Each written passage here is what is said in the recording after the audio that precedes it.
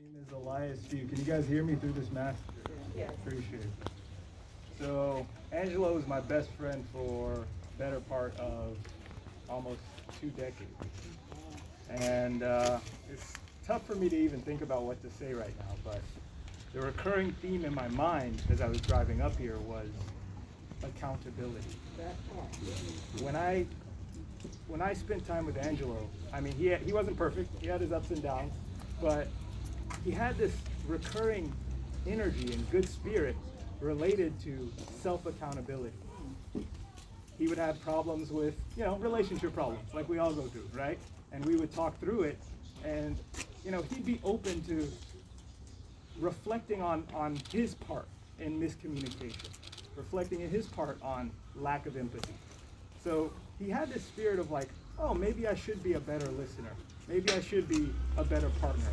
Maybe I should be a better communicator. He also had that same level of self-accountability when it came to his passion.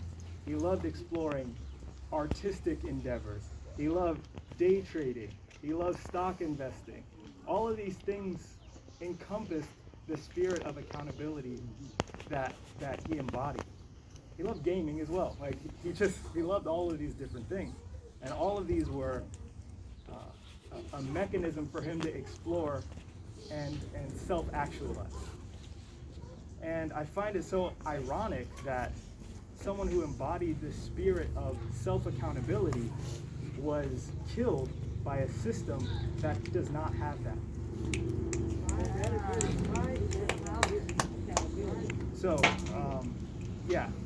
I agree that this is a club that no one wants to be a part of, but I hope that this instance and the instances prior will further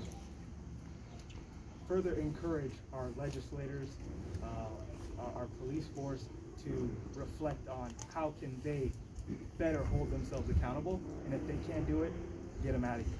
That's right. That part. You're very thoughtful, and I think it really speaks well to who Angela was and his family and the friends that he had. I want to bring on Tom Hall now. Many of you know that her son was tragically killed a year and a half ago, who at the same time was suffering from a mental injury. Thank you. Hi, everyone. As the family said, this is not a club that you expect to be in, you plan to be in. All you're doing is you're trying to get your loved one's help. And that's exactly what happened with our son in Walnut Creek. Even when the officers know they have a mental illness, they still come with guns. And that can't happen. And this is another extreme example of why we cannot call 911. 911 is not the end-all be-all. The police are not the end-all be-all. We need to have a non-police response to the mentally ill. So that's what we're asking for in Contra Costa County, is exactly that, a non-police response. But another thing that we need, and there's legislation actually being drafted right now, that Angelo's sister could have called 988, and 988 would have been the right resource. They would have had the trained people on the other side of on the other line to tell her what to do or to get the right people involved. The police they come with guns. They don't come with compassion. They come and they're aggressive. They're pulling Angelo away from his family when all he needed was care and compassion.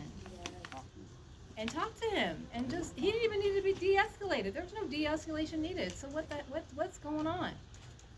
So the Miles Hall Foundation, which was created in my son's honor, is exactly what she said. What do I need to do? We need the education. We can't call the police when they're not trained to do so. They don't have enough training.